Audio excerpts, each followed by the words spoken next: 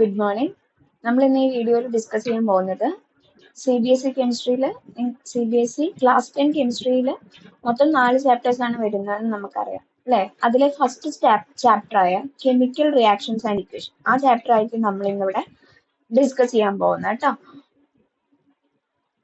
അപ്പോൾ അതിൽ എന്തായിരിക്കും കെമിക്കൽ റിയാക്ഷൻസ് എന്ന് പറയുമ്പോൾ ആർക്കെങ്കിലും എന്തെങ്കിലും ഒരു ഐഡിയ ഉണ്ടോ? കെമിക്കൽ റിയാക്ഷൻ എന്ന് പറയുമ്പോൾ എന്താ? Chemical reaction എന്ന് പറയുമ്പോൾ the transformation of a chemical substance into another chemical substance. അതായത് നമ്മൾ എടുക്കുന്ന ഒരാളെ ഒരു റിയാക്ഷനിൽ പങ്കെടുക്കാൻ വേണ്ടി നമ്മൾ എടുക്കുകയാണ്. അയാൾ ആ റിയാക്ഷൻ കഴിഞ്ഞതിന് ശേഷം എൻറ്റയർലി വേറൊരു കെമിക്കൽ സബ്സ്റ്റൻസ് ആയിട്ട് മാറുകയാണ്. നമ്മൾ എടുത്ത ആളിൽ നിന്നും എൻറ്റയർലി ഡിഫറെൻ്റ് ആയിട്ട് വേറൊരാളായിട്ട് മാറുന്നതിനെയാണ് നമ്മൾ എന്തെന്ന് പറയാം? കെമിക്കൽ റിയാക്ഷൻസ് എന്ന് പറയാം. അപ്പോൾ അതിന് എക്സാമ്പിൾ ആയിട്ട് ഇപ്പോൾ ഇവിടെ രണ്ടെണ്ണം തന്നിട്ടുണ്ട്. എന്തൊക്കെയായിരുന്നു? റെസ്റ്റിംഗ് ഓഫ് അയണും പിന്നെന്താ? Digestion of food. എന്താ ഈ റെസ്റ്റിംഗ് ഓഫ് അയൺ എന്ന് പറയുന്നത്? തുരുമ്പ് പിടിക്കുക അല്ലെ. സാധാ നമ്മുടെ ആണിയൊക്കെ ഇല്ലേ, ആണി വാങ്ങുമ്പോൾ എന്ത് കളറായിരിക്കും? ഒരു സിൽവർ കളർ ആയിരിക്കും അല്ലെ.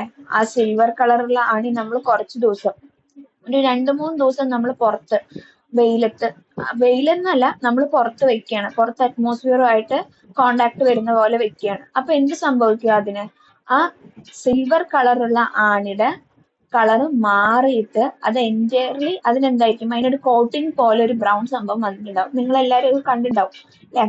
അപ്പൊ അതിനെന്ത് സംഭവിച്ചു? ആ അയേണ് അല്ലാതെ ആ ആണി അറ്റ്മോസ്ഫിയറിക് ഓക്സിജനും മോയ്സ്ചർ കണ്ടന്റുമായിട്ട് റിയാക്ട് ചെയ്തതിന് ശേഷം എന്ത് സംഭവിച്ചു? അത് എൻറ്റയർലി അതിന് എൻറ്റയർലി പുതുതായിട്ടുള്ള ഒരു സംഭവം ഫോം ചെയ്ത് കഴിഞ്ഞു. നമുക്ക് ഇനി ഒരിക്കലും ആ പുതുതായി ഫോം ചെയ്തതിൽ നിന്ന് ബാക്കിലോട്ട്, അതായത് തിരിച്ചു വീണ്ടും പഴയ സ്റ്റേജിലോട്ട് ആ നെയിലിനെ കൊണ്ടുപോകാനായിട്ട് സാധിക്കില്ല. അതേപോലെ തന്നെയാണ് ഡൈജഷൻ ഓഫ് ഫുഡ്.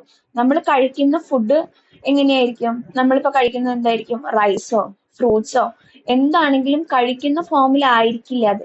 നമ്മുടെ ഉള്ളിൽ പോയതിനു ശേഷം അതിന് ഡൈജഷൻ എന്ന പ്രോസസ്സ് കഴിയും. ഡൈജഷൻ എന്ന പ്രോസസ്സ് കഴിയുമ്പോൾ എങ്ങനെയായിരിക്കും? എൻറ്റയർലി അത് പുതുതായിട്ടുള്ളൊരു സബ്സ്റ്റൻസ് ആയിട്ട് ഡൈജസ്റ്റ് ചെയ്ത് കഴിഞ്ഞതിന് ശേഷം നമുക്ക് നമ്മുടെ ദേഹത്തേക്ക് ആവശ്യമുള്ള ന്യൂട്രിയൻസ്, പ്രോട്ടീൻസ് ഒക്കെ അബ്സോർബ് ചെയ്തതിന് ശേഷം പിന്നെ അതിൽ ബാക്കിയുള്ള വേസ്റ്റ് മാത്രമാണ് എന്ത് ചെയ്യാം? പുറത്തോട്ട് നമ്മൾ എക്സ്ക്രീറ്റ് ചെയ്യും അല്ലെ. അങ്ങനെയല്ലേ സംഭവിക്കുന്നത്? അപ്പൊ എങ്ങനെയാ? നമ്മൾ കഴിക്കുന്നതിൽ നിന്ന് എൻറ്റയർലി ഡിഫറെന്റ് ആയിട്ട് പുതുതായിട്ടുള്ള ഒരു സംഭവം ഉണ്ടാവും അല്ലെ. കെമിക്കൽ റിയാക്ഷൻ എന്താന്ന് പറഞ്ഞു? In a chemical reaction, a new substance is formed which is completely different properties from the original substance. So, in a chemical reaction, a chemical change takes place. എന്താ chemical change എന്ന് പറഞ്ഞാൽ നിങ്ങൾക്ക് അറിയില്ലേ? Which cannot be reversed back. അതായത് പുതുതായിട്ട് form ചെയ്ത ആളിൽ നിന്ന് ഒരിക്കലും നമുക്ക് റിവേഴ്സ് ആയിട്ട് പഴയ സ്റ്റേജിലോട്ട് എത്താൻ പറ്റില്ല. അങ്ങനെയാണ് നമ്മൾ കെമിക്കൽ ചേഞ്ച് എന്ന് പറയുന്നത് അല്ലെ. അപ്പൊ കെമിക്കൽ റിയാക്ഷനിൽ എന്താ നടക്കുന്നത്? ഒരു കെമിക്കൽ ചേഞ്ച് ആണ് നടക്കുന്നത്. അതായത് നമ്മൾ ആദ്യം റിയാക്ഷന്റെ തുടങ്ങുന്നതിന് മുന്നേ എടുത്തവരിൽ നിന്ന് എൻറ്റയർലി ഡിഫറെന്റ് പ്രോപ്പർട്ടീസ് ഉള്ള ഒരാളെ ആയിരിക്കും പിന്നെ പ്രൊഡ്യൂസ് ചെയ്യുന്നത്. അതായത് പ്രോപ്പർട്ടീസ് നമുക്കറിയാം. ഫിസിക്കൽ പ്രോപ്പർട്ടീസ് ഉണ്ട്, കെമിക്കൽ പ്രോപ്പർട്ടീസ്. ഫിസിക്കൽ പ്രോപ്പർട്ടീസ് എന്ന് പറയുമ്പോൾ എന്തൊക്കെയാ? നമുക്ക് കണ്ണുകൊണ്ട് കാണാൻ പറ്റുന്ന കളറ്, അതൊക്കെ അതിനെയാണ് ഫിസിക്കൽ പ്രോപ്പർട്ടീസ് എന്ന് പറയുന്നത്. പിന്നെ കെമിക്കൽ പ്രോപ്പർട്ടീസ് എന്ന് പറയുമ്പോൾ ബോയിലിംഗ് പോയിന്റ്, അങ്ങനെ അതിനൊക്കെയാണ് കെമിക്കൽ പ്രോപ്പർട്ടീസ്. അപ്പോൾ നമ്മൾ സ്റ്റാർട്ട് ചെയ്യുന്ന ആളിൽ നിന്ന് എൻറ്റയർലി ഡിഫറെന്റ് ആയിട്ടുള്ള പ്രോപ്പർട്ടീസ് ഉള്ള ഒരു പ്രൊഡക്റ്റ് ആയിരിക്കും നമുക്ക് ഈ കെമിക്കൽ റിയാക്ഷൻ അല്ലെങ്കിൽ കെമിക്കൽ ചേഞ്ച് നടന്നതിന് ശേഷം പ്രൊഡ്യൂസ് ചെയ്യുന്നത്. അപ്പൊ ആരാണോ റിയാക്ഷനിൽ പങ്കെടുക്കുന്നത്, റിയാക്ഷൻ തുടങ്ങുന്നതിന് മുന്നേ പങ്കെടുക്കുന്നവരെ നമ്മൾ എന്താ പറയാ? റിയാക്ടൻസ് എന്നും, അത് കഴിഞ്ഞിട്ട് നമുക്ക് കിട്ടുന്നതിനെ നമ്മൾ എന്താ പറയാ? പ്രൊഡക്റ്റ് എന്നുമാണ് പറയാ. അതായത് the substance which take part in a chemical reactions are called reactant and the new substance, അവിടെ പുതുതായിട്ട് ഫോം ചെയ്യുന്ന ആളെ നമ്മൾ പറയുന്ന പേരെന്താ? പ്രൊഡക്റ്റ് എന്നും ആണ്. ഇനി അടുത്തെന്താ? എങ്ങനെയാണ് നമ്മൾ ഒരു കെമിക്കൽ റിയാക്ഷൻ ആണ് നടന്നതെന്ന് ഐഡന്റിഫൈ ചെയ്യുക? എങ്ങനെയായിരിക്കും ഐഡന്റിഫൈ ചെയ്യുക? Change in state. Change in state എന്ന് പറയുമ്പോൾ എന്താ ഈ സ്റ്റേറ്റ്സ് എന്ന് പറഞ്ഞാൽ 3 സ്റ്റേറ്റ്സ് ആണുള്ളത്. ഏതൊക്കെയാ 3 സ്റ്റേറ്റ്സ്? Solid, liquid, gas. ഈ 3 സ്റ്റേറ്റിലും എന്തെങ്കിലും ഒരു വ്യത്യാസം വരികയാണെന്നുണ്ടെങ്കിൽ അതിനെയാണ് അതായത് നമ്മൾ എടുക്കുന്ന റിയാക്ടന്റ് ഒരു സോളിഡ് സബ്സ്റ്റൻസ് ആണ്, പക്ഷെ കെമിക്കൽ റിയാക്ഷൻ നടന്നതിന് ശേഷം നമുക്ക് കിട്ടുന്ന പ്രൊഡക്റ്റ് എന്ന് പറയുന്നത് ഒരു ലിക്വിഡോ ഗ്യാസോ ആയിട്ടുള്ള സബ്സ്റ്റൻസ് ആണെന്നുണ്ടെങ്കിൽ അപ്പൊ അവിടെ എന്ത് സംഭവിച്ചു? ഒരു സ്റ്റേറ്റിൽ നിന്ന് വ്യത്യാസം വന്നു അല്ലെ? അതായത് റിയാക്ടന്റിൽ നിന്ന് എൻറ്റയർലി ഡിഫറെന്റ് ആയിട്ടുള്ള സ്റ്റേറ്റ് ആണ് നമുക്ക് പ്രൊഡക്റ്റ് ആയിട്ട് ഫോം ചെയ്തത്. അപ്പൊ അതിനെന്താ? ചേഞ്ച് ഇൻ സ്റ്റേറ്റ് സംഭവിച്ചു. പിന്നെ അടുത്തത് എന്താ? Change in colour. പ്രൊഡക്റ്റിന്റെ കളർ വേറെയാണ്, റിയാക്ടന്റിൽ നിന്ന് കമ്പയർ ചെയ്യുമ്പോൾ പ്രൊഡക്റ്റിന്റെ കളർ വേറെയാണെന്നുണ്ടെങ്കിൽ അപ്പോഴും എന്താ? ഒരു കെമിക്കൽ റിയാക്ഷൻ നടന്നു എന്ന് പറയാം. പിന്നെ എവല്യൂഷൻ ഓഫ് ഗ്യാസ്. ഒരു റിയാക്ഷൻ നടക്കുമ്പോൾ അവിടെ ഒരു ഗ്യാസ് പ്രൊഡ്യൂസ് ചെയ്യുന്നുണ്ട്, നന്നായിട്ട് ഗ്യാസ് വരുന്നുണ്ട് എന്നുണ്ടെങ്കിൽ, അതായത് ഇപ്പൊ നമ്മൾ എങ്ങനെയാ വെള്ളം ചൂടായി എന്നറിയാം, അതിന്റെ മേലെ നന്നായിട്ട് പുക പോലെ വരും അല്ലെ? അതേപോലെ തന്നെയാണ് കർപ്പൂരം കർപ്പൂരം ക്യാൻസർ ബേൺ ചെയ്യുമ്പോൾ എങ്ങനെയാ? നന്നായിട്ട് ഗ്യാസ് പ്രൊഡ്യൂസ് ചെയ്യും അല്ലെ? ഒരു സ്മെല്ലുള്ള ഗ്യാസ് പ്രൊഡ്യൂസ് ചെയ്യും. അപ്പൊ അവിടെ എന്താ? എവല്യൂഷൻ ഓഫ് ഗ്യാസ് ആണ് നടക്കുന്നത് അല്ലെ? പിന്നെ ചേഞ്ച് ഇൻ ടെമ്പറേച്ചർ എങ്ങനെയാ? നമ്മള് വാട്ടർ ബോയിൽ ചെയ്യാൻ വെക്കുന്നതിന്റെ മുന്നേ ഉള്ള ടെമ്പറേച്ചർ എങ്ങനെയായിരിക്കും? സാധാരണ നമ്മുടെ റൂം ടെമ്പറേച്ചർ ആയിരിക്കും. പക്ഷെ വാട്ടർ ബോയിൽ ചെയ്യുന്ന ടെമ്പറേച്ചർ എത്രയാ? 100°C ആണ് അല്ലെ? അപ്പൊ അവിടെ എന്ത് സംഭവിച്ചു?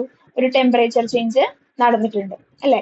അപ്പൊ ഇതാണ് 4 കാര്യങ്ങള് എങ്ങനെയാണ് കെമിക്കൽ റിയാക്ഷൻ നടന്നു എന്ന് നമ്മൾ ഐഡന്റിഫൈ ചെയ്യുക എന്നുള്ളത്. എന്തൊക്കെയായിരുന്നു? ചേഞ്ച് ഇൻ സ്റ്റേറ്റ് ആവാം, ചേഞ്ച് ഇൻ കളർ ആവാം, എവല്യൂഷൻ ഓഫ് ഗ്യാസ് ആവാം, അല്ലെങ്കിൽ ചേഞ്ച് ഇൻ ടെമ്പറേച്ചർ. ഇതിൽ ഏതെങ്കിലും ഈ 4 ഏതെങ്കിലും നടന്നിട്ടുണ്ട് എന്നുണ്ടെങ്കിൽ നമുക്ക് പറയാം എന്താ? അതൊരു കെമിക്കൽ റിയാക്ഷൻ ആണ് നടന്നത്. പിന്നെന്താ? അടുത്തെന്താ? Law of conservation of mass. എന്താ ഈ law of conservation of mass? നമ്മളിപ്പോ രണ്ട് റിയാക്ടൻസ് എടുത്തു, അവർ തമ്മിൽ റിയാക്ഷൻ നടന്നിട്ട് നമുക്ക് പുതുതായിട്ട് ഒരു പ്രൊഡക്റ്റ് ഫോം ചെയ്തു. എങ്ങനെയായിരിക്കും ആ പ്രൊഡക്റ്റ് ഫോം ചെയ്യാം? നമ്മളിപ്പോ എടുത്ത റിയാക്ടൻസ് ഏതാണോ ആ റിയാക്ടൻസിന്റെ ഇടയിൽ തന്നെ അങ്ങോട്ടോ ഇങ്ങോട്ടോ റീഅറേഞ്ച്മെന്റ് നടന്നിട്ട് ആയിട്ടൊരു പ്രൊഡക്റ്റ് ഫോം ചെയ്യുക എന്നല്ലാണ്ട് ആ റിയാക്ടൻസിൽ ഇല്ലാത്ത ആരും ഉണ്ടാവില്ല പ്രൊഡക്റ്റിൽ. അതായത് പുതുതായിട്ടുള്ള ആരും ഉണ്ടാവില്ല പ്രൊഡക്റ്റിൽ.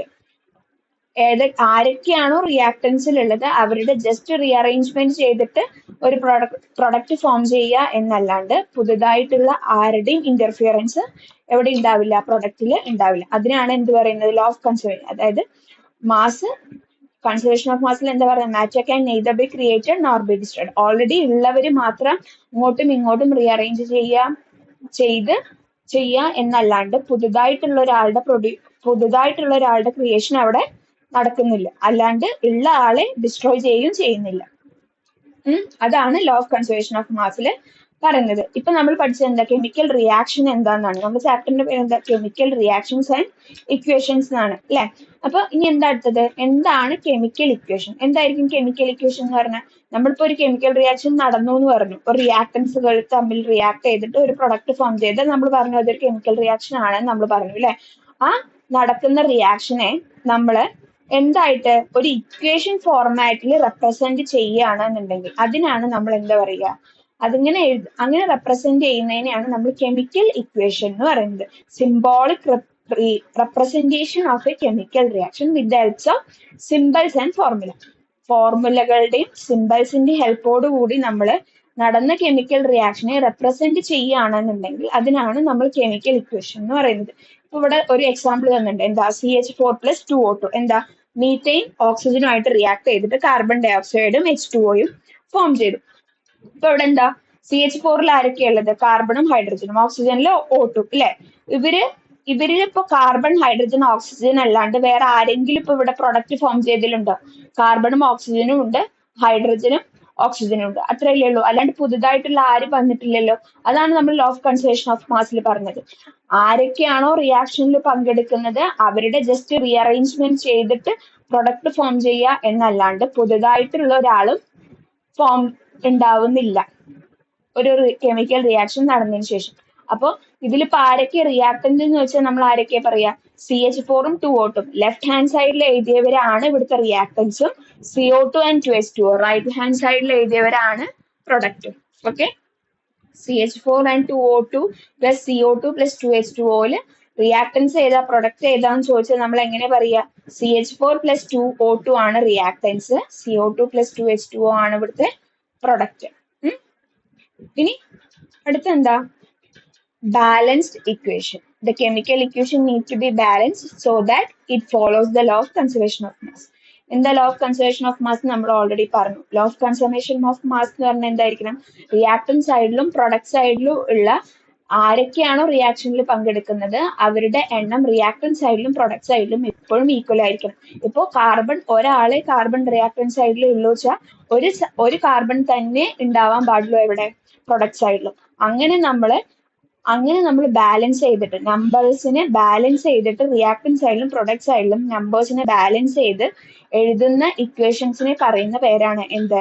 Balanced chemical equation. ഓക്കെ, ഇത് നമ്മൾ ആ കുറച്ച് ഡിസ്കസ് ചെയ്തല്ലോ, എന്തൊക്കെയാ കെമിക്കൽ റിയാക്ഷനും പിന്നെ ഇക്വേഷൻസ് എന്താണെന്നും അത്രേ പറഞ്ഞിട്ടുള്ളൂ. ഇനി ബാക്കി ഡീറ്റെയിൽഡ് ആയിട്ടുള്ളത് നമ്മൾ നെക്സ്റ്റ് ക്ലാസ് മുതൽ ഡിസ്കസ് ചെയ്തായിരിക്കും. ഇത്രയും പറഞ്ഞത് നിങ്ങൾക്ക് എന്തെങ്കിലും ഡൗട്ട് ഉണ്ടെങ്കിൽ കമന്റ് ബോക്സിൽ ചോദിക്കുക. വീഡിയോ ഇഷ്ടപ്പെട്ട ലൈക്ക് ചെയ്യുക, ഷെയർ ചെയ്യുക, സബ്സ്ക്രൈബ് ചെയ്യുക. ഓക്കെ, താങ്ക് യു കേട്ടോ.